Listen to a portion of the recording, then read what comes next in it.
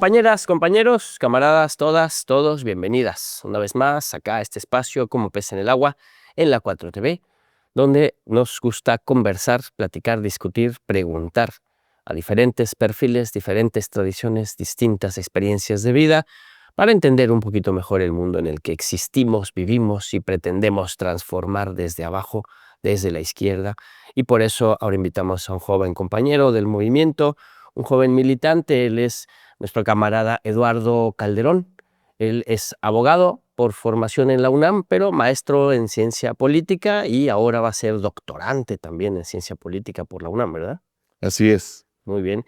Fundador del colectivo Fuerza Comunitaria y también promotor de la formación política y fundador de círculos de estudio como el Círculo Cuitláhuac, ¿no? Promotor de la educación popular. Pero pues mejor platícanos tú, mi queridísimo Eduardo, cómo llegaste, cómo te interesaste, cómo le hace a alguien, qué le pasa a alguien en la vida para decidir dedicarse a la cuestión política. Claro que sí. ¿Fue algo desde la niñez?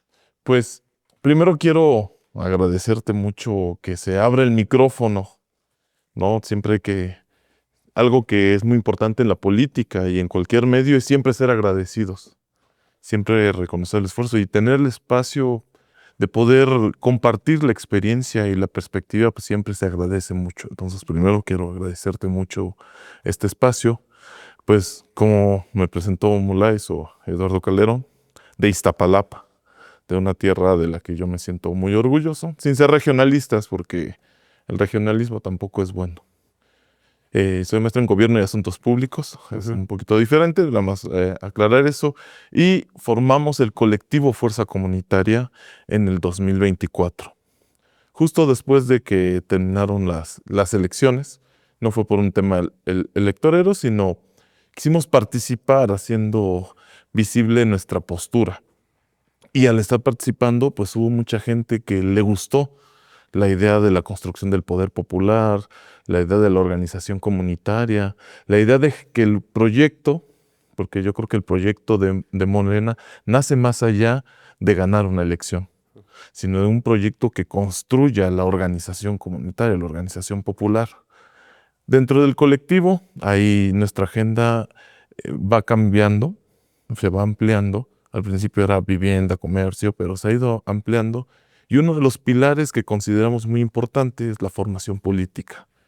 Y fue así como surge el Círculo de Educación Popular Revolucionario Cuitláhuac, con la idea de formar a los compañeros del colectivo y a los vecinos y a quien se acerque.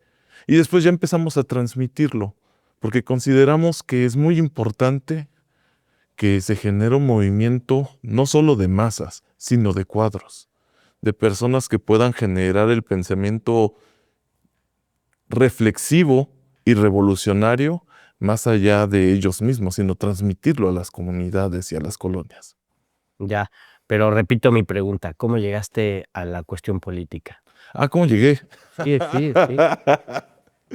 Mira, yo voy a compartir brevemente una experiencia dentro de la universidad. Bueno, desde antes, uno de los grandes motivantes que tuve fue lo que pasó en el 2006, cuando hubo el robo de la elección de Andrés Manuel López Obrador. Andrés Manuel López Obrador. Andrés Manuel Se López la Obrador. robaron. Sí. ¿Tú qué edad tenías en ese momento? Cuando se la robaron, creo que 18, 19 años, cuando se la robaron. Yo ya era simpatizante de Andrés. Yo me acuerdo que... ¿Ya votabas? Ya, mi primer voto fue indiscutiblemente por Andrés Manuel. En la misma preparatoria, pues empecé a tener el acercamiento a la izquierda, ¿no? Ya tenemos sociología, ya empezamos a hablar del manifiesto del Partido Comunista, de diferentes corrientes de izquierda. Y también conocer la historia de México. ¿Era cuando estudiabas Derecho? No, en la prepa. En la prepa. En la prepa. Las primeras reflexiones llegaron en la preparatoria. Y fue ahí, ya después, más adelante en la universidad, bueno, yo iba a estudiar ciencia política, pero cedí a las presiones familiares de qué vas a vivir, ¿no? De qué vas a... Entonces, ya, dijimos, no, pues vámonos por Derecho. Y empecé a estudiar Derecho. Me alejé un poco del movimiento. Después de lo del 2006, ves que se enfrió hasta el 2009, que hay algo muy interesante en Iztapalapa.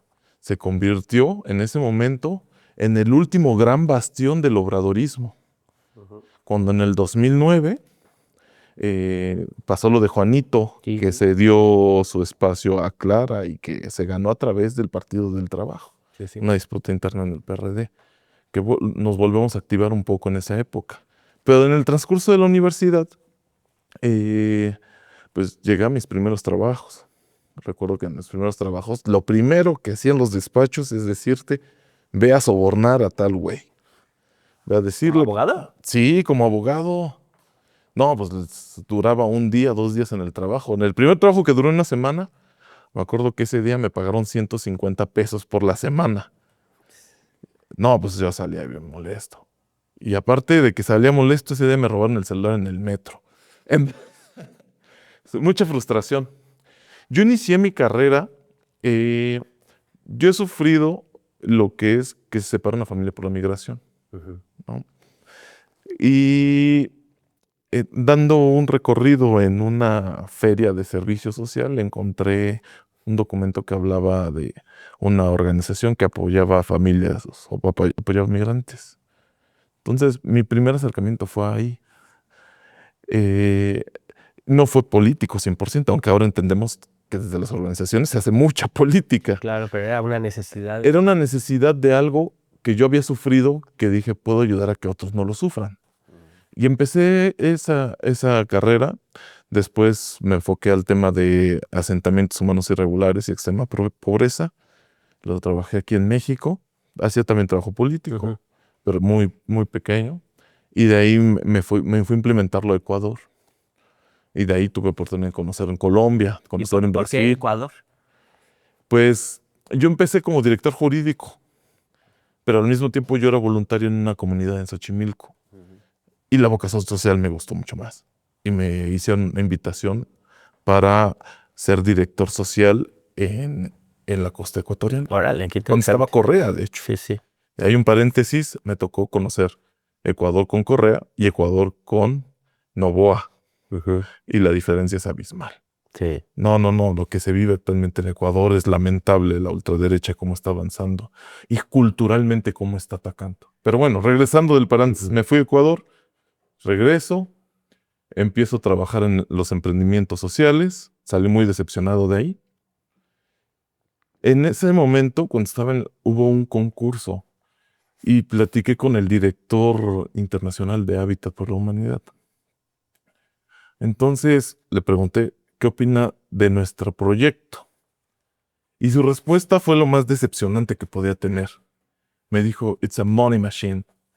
O sea, no me dijo el impacto a electrificar las comunidades, no me dijo si es replicable, no me dijo del bienestar, me dijo que era una máquina de dinero. Eso, pues, fue un comentario muy... Pero es la cruda realidad de las ONGs, ¿no? Era un emprendimiento social. Ya. Era un emprendimiento social. A mí fue muy incómodo. Fue muy incómodo esa situación. Me acuerdo que fuimos a otro evento y habían varios emprendedores sociales. Fue en una escuela de verano o de gobierno del TEC de Monterrey, algo así. Y estaban hablando, no, ¿tú qué quieres? No, casi todos hablaban de ser millonarios, era su objetivo. Claro. Y yo les dije, no, pues yo quiero generar un impacto social. Y se rieron de mí. Literalmente se rieron de mí. Sí. Es cuando vi la trivialidad y la deshumanización. Entonces, si vas a hacer un proyecto que supuestamente es para beneficiar a quién, a beneficiarte de los más vulnerables, cabrón, o a buscar realmente generar un impacto. Después de eso, Y con generar un impacto te refieres a mejorar la vida de las personas. sí, buscar el buen vivir de las personas. Después de eso, decidí renunciar. O sea, le dije, ¿sabes qué? Pues no. No, o sea, me dieron dos caminos. Me dijeron, ¿te quedas con lo mismo ya para siempre o ya te damos cuello? Después de unos meses de eso, pero ya había un desgaste. Dije, pues, vamos. Entonces hice una reflexión. Yo me acuerdo que en ese tiempo vi una película que te llevaba una reflexión acerca de ti mismo, de cuando vivías en el personaje del pasado. Porque pues yo en Ecuador trabajaba con las comunidades en los asentamientos, con voluntarios, promovíamos la identidad latinoamericana, el hablar de un sistema que oprime, que destruye, de construir. Vivía tal vez muy atorado en eso, me apasionaba en ese momento. Pero también llegó una reflexión que fue, a ver, desde la iniciativa privada que se supone que es, ay, que era para apoyar a la gente, solo es puro lucro. Y desde las ONGs le haces cosquillas al problema. Necesitamos trabajar desde el Estado. Necesitamos a trabajar porque el Estado, o hasta desaparecer al Estado, pero porque por las otras rutas no había. Y la verdad es que yo soy una persona que si no hace algo que le apasiona, se- no lo vive, no lo siente, ¿no? O sea, se rompe esa madre. Entonces fue cuando decidí meterme de lleno a la política.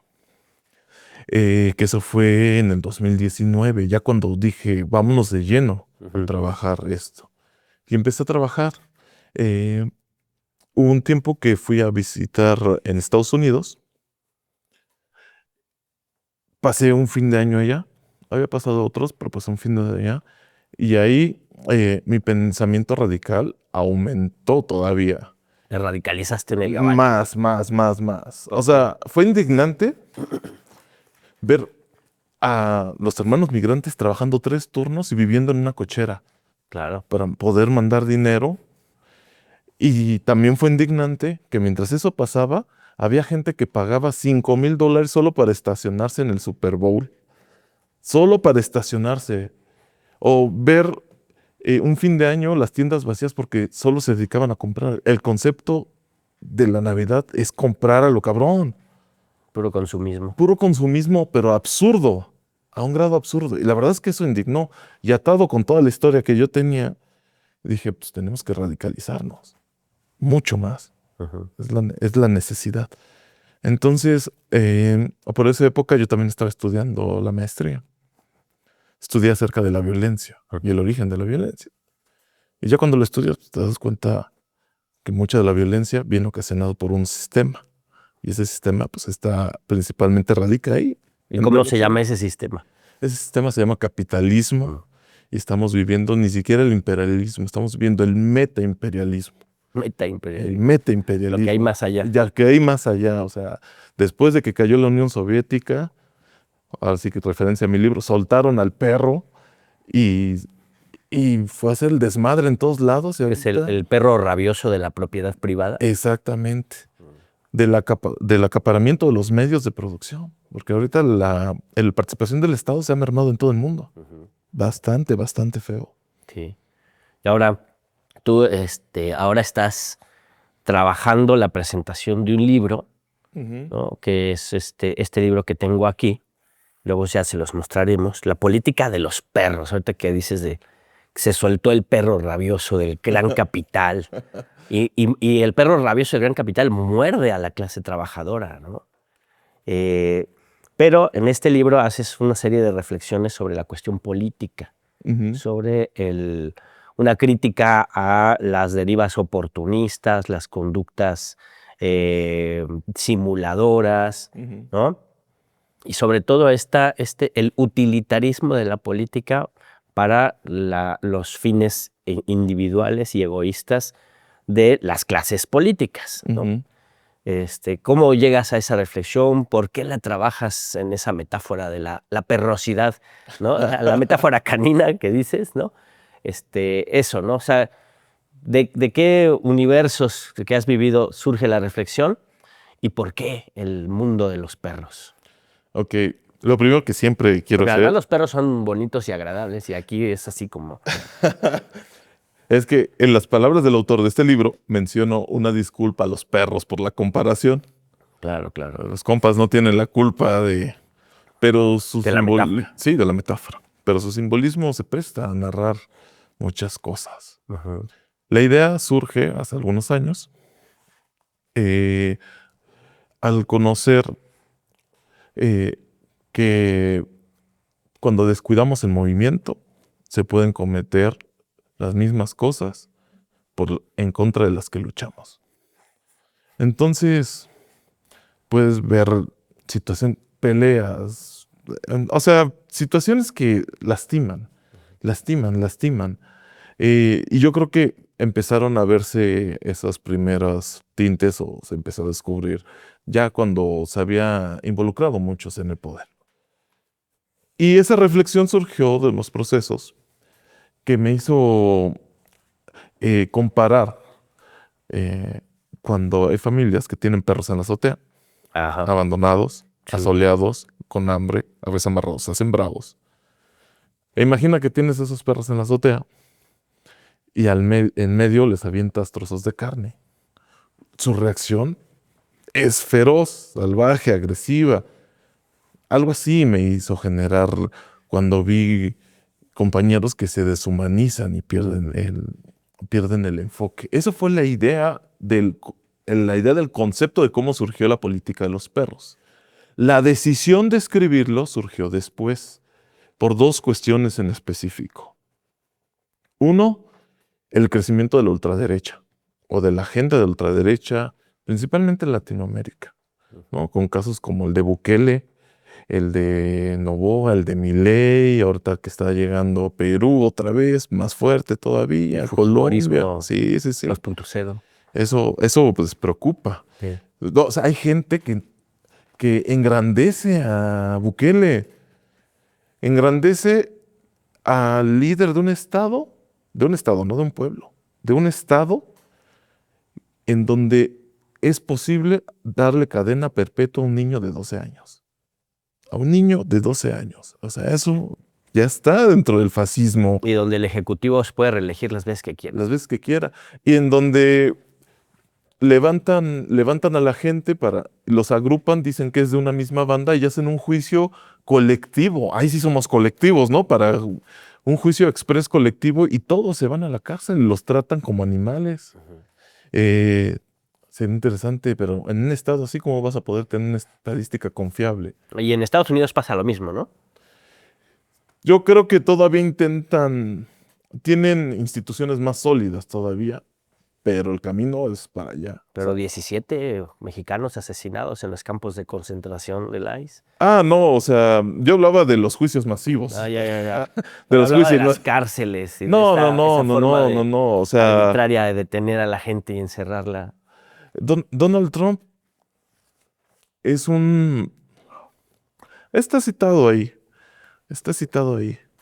Donald Trump es solo un personaje de una agenda. Es un personaje, tal vez un máximo exponente.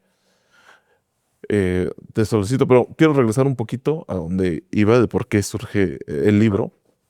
Este crecimiento de la ultraderecha. Y creo que el mejor ejemplo y el más doloroso y el más claro, y siempre cada que presento el libro y hablo del libro, siempre quiero brindar un espacio para hablar de esto. La máxima expresión de la agenda de la ultraderecha es el genocidio. Y actualmente, en este momento, del otro lado del mundo, en la Franja de Gaza, hay familias perseguidas y asesinadas, porque creo que tú nos compartiste esa reflexión en su momento y la repito muy seguido, porque no es una guerra, pero ver guerra hay dos ejércitos. Es un ejército en contra de un pueblo que está siendo asesinado. Y eso es la ultraderecha. Eso es su último fin y que debemos de tener presentes, porque muy pocos medios lo cuestionan realmente, ¿no? En la comunidad, en el activismo se habla de manera muy fuerte, pero en la charla general, las agendas públicas, está escondido y eso está pasando. O sea, es terrorismo de Estado real. No el nuevo que dice Marco Rubio, que ahora si eres ni siquiera de izquierda, medio del centro, ya eres un terrorista. Comunista, peligroso, marxista. Comunista, peligroso, marxista. Antifa. Somos su peor pesadilla y la seguiremos siendo. Pero es por eso. Y me preocupa mucho la ultraderecha. Pero me preocupa más la izquierda. Porque ante esa situación tenemos que ser más contundentes, con menos tibieza. Los compañeros tienen que estar más enfocados a trabajar este tipo de agendas de lo que está avanzando que a actos triviales o banales. Y eso, ¿por qué? Porque yo creo en la izquierda y creo en el movimiento y en lo que viene de Morena y más allá de Morena, porque el espectro es enorme.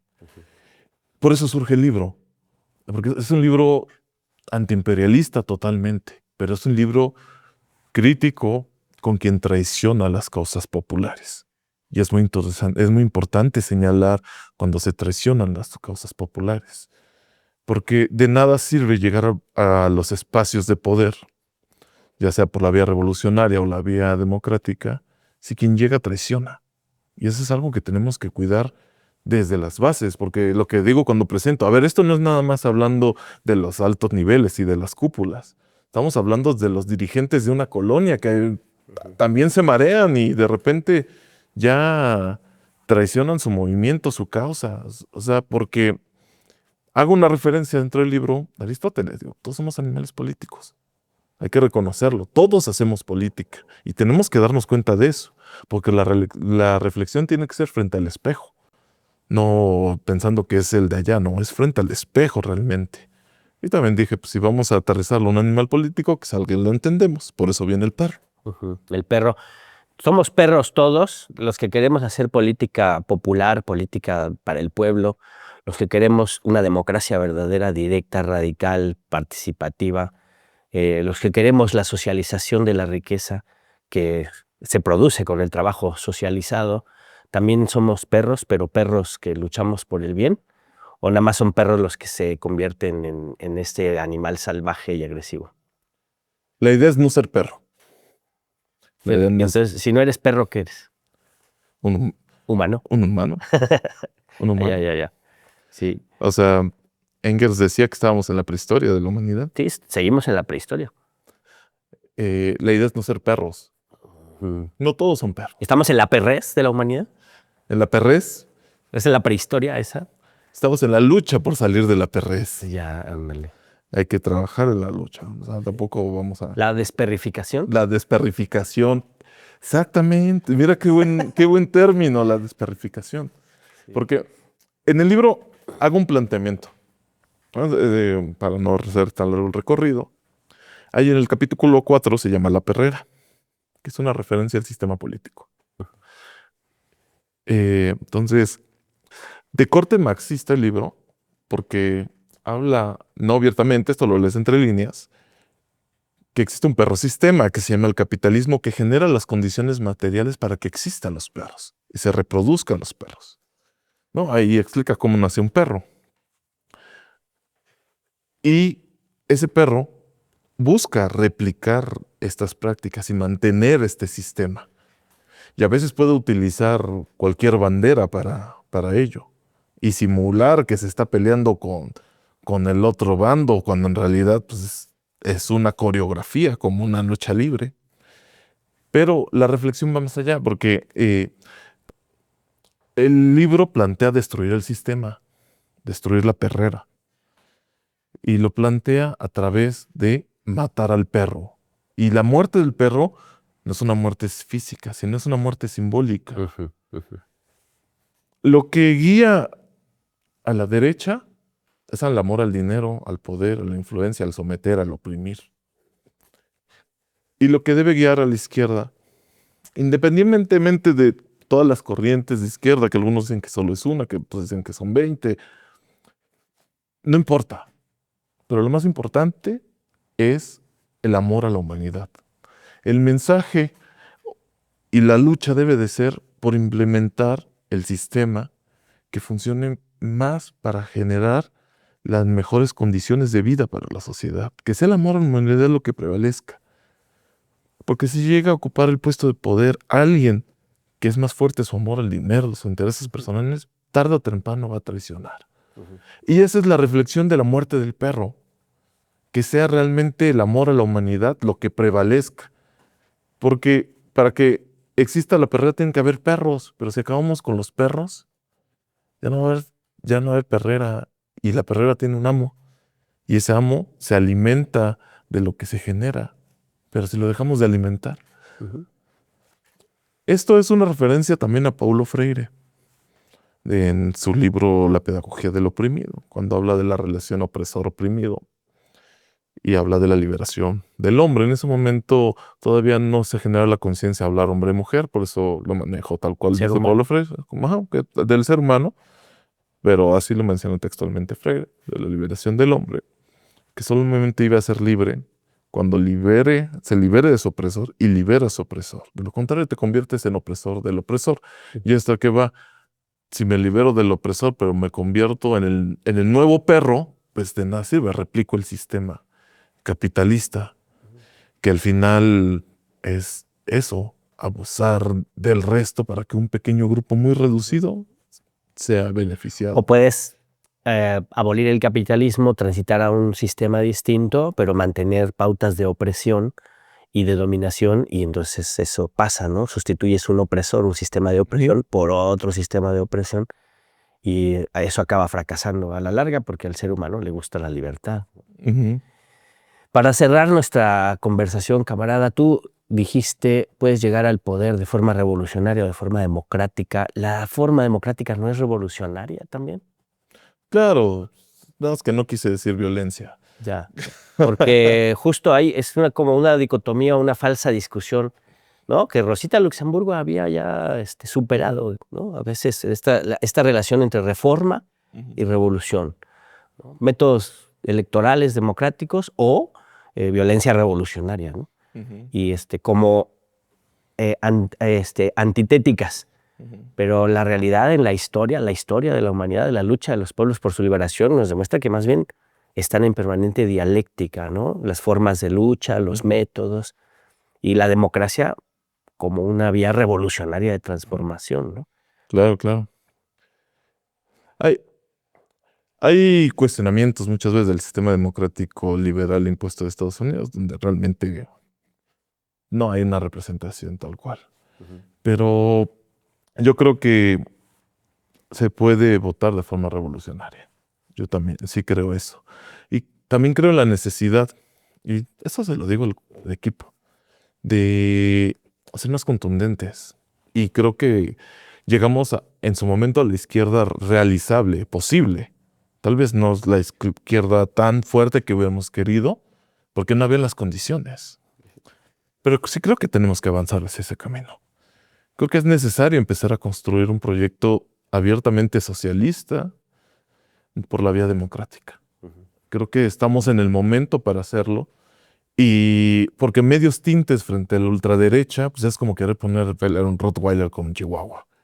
Se le atola la garganta. Se le atora la Lo garganta, se mueren los dos. Y no, queremos que perviva, ¿no? Que perviva la humanidad. Es que, no, que acabemos con los perros, Claro, con la perrez. con la perrez. Pero sí la necesidad, lo que luego mis compañeros, no hay que ser comunistas de closet. Claro. ¿Cuál es el miedo a hablar? Porque al final la población es receptiva. Y si le tenemos miedo a las campañas negras, pues no, o sea, Andrés Manuel llegó a ser presidente con todas las campañas negras que nos podemos imaginar y tenemos que confiar más en el fin del proyecto, que es el bien de la humanidad. No tener miedo, no, que si digo esto se nos van a ir encima, que se vengan encima. Su calidad moral, personajes como Salinas Pliego, como Lili Telles, dan vergüenza ajena. Y la mayoría de los que comentan muchas veces son bots, los abres y tienen 20 seguidores y puras publicaciones. O sea, es todo un montaje, hay que confiar mucho más en nuestro proyecto. Y en la gente, ¿no? Y en la gente, porque la gente es receptiva, pero hay que ir a hablar con ella.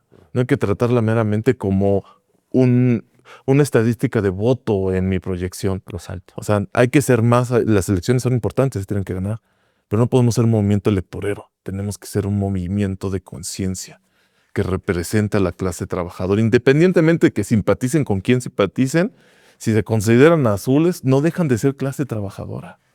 Y ahí sí pertenecemos prácticamente todos, aunque seas lumpen, sigue siendo clase trabajadora porque han cambiado las condiciones, no estamos en la revolución industrial, no, o sea, ahorita hay muchas variantes de clase trabajadora. Claro. Y esa es la reflexión. Muerto el perro, se acabó la rabia. Ah, muy bien. Sí. Y también me recordaba mucho a este expresidente priista que se le llamaba el perro, ¿no?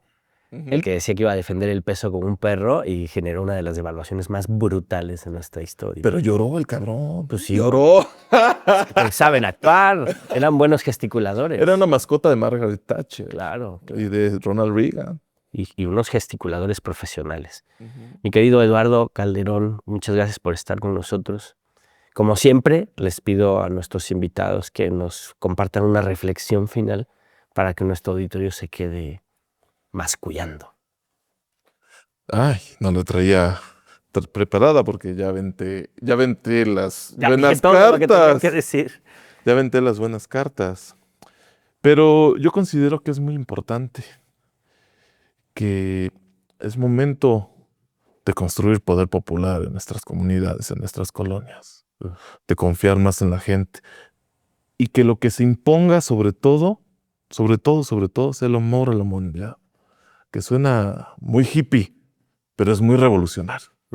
No olvidemos a los grandes revolucionarios, empezando por aquel referente o el gran referente de los cristianos, también lo promovió. Y el hijo del carpintero. El hijo del carpintero, perseguido político, asesinado político y capaz de defender o de desafiar, no defender, porque desafiar al más grande imperio de su época. Y a la autoridad corrupta Así es. del templo. Así es, así es. Muy bien, muchas gracias, Eduardo. Gracias a ti. Recomendamos mucho la lectura de Política de los Perros. La pueden conseguir poniéndose en contacto con ustedes. ¿En qué redes se puede encontrar el libro? ¿Dónde se puede encontrar? Me pueden encontrar principalmente en Facebook, es donde sube más información. Y por el momento todas las entregas es en presentaciones. Muy bien. Todos en presentaciones y voy a estar subiendo ahí presentaciones. Si alguien quiere que vayamos a presentar el libro en alguna organización, universidad, colonia, porque la idea también es que sea un libro de suela que recorra las colonias, no nada más en lugares como muy parafernales. Académicos. Sí, académicos o que del evento elegante y la chingada. No, vamos a recorrer las calles con el libro en la mano. Y ahí nos pueden escribir, ¿sabes qué? Ven a la punta del cerro de tal y vamos a la punta del cerro. Y no nos importa, acabamos de ir a Minpalta también a presentar este domingo. Entonces, ahí me pueden escribir y con gusto voy. Excelente. Y lo presento ahí. Y si no, pueden ir a una presentación y con mucho gusto. Gracias. A ti. Pues ahí está. Muchas gracias. Ahí está. No se haga pato, lea La Política de los Perros o lea algo bonito que usted tenga por allí. Cuenta la leyenda que don Carlitos Marx les leía por las noches a sus hijas la historia del hijo del carpintero, ese que luchaba por los pobres y fue asesinado por los ricos. Acá tenemos también la reflexión de nuestro camarada Eduardo Calderón, que contribuye a el análisis y la crítica y la autocrítica de nuestro andar político para mejorar nuestra puntería, para organizarnos mejor, para desarrollar nuestra conciencia crítica y seguir triunfando en la emancipación de nuestro pueblo y en la construcción de un país para todas y para todos. Recuerde siempre, siempre tener la capacidad, desarrollar la capacidad de indignarnos por la injusticia cometida en contra de cualquier persona en cualquier parte del mundo, porque eso nos va haciendo más humanos cada vez. Hasta luego.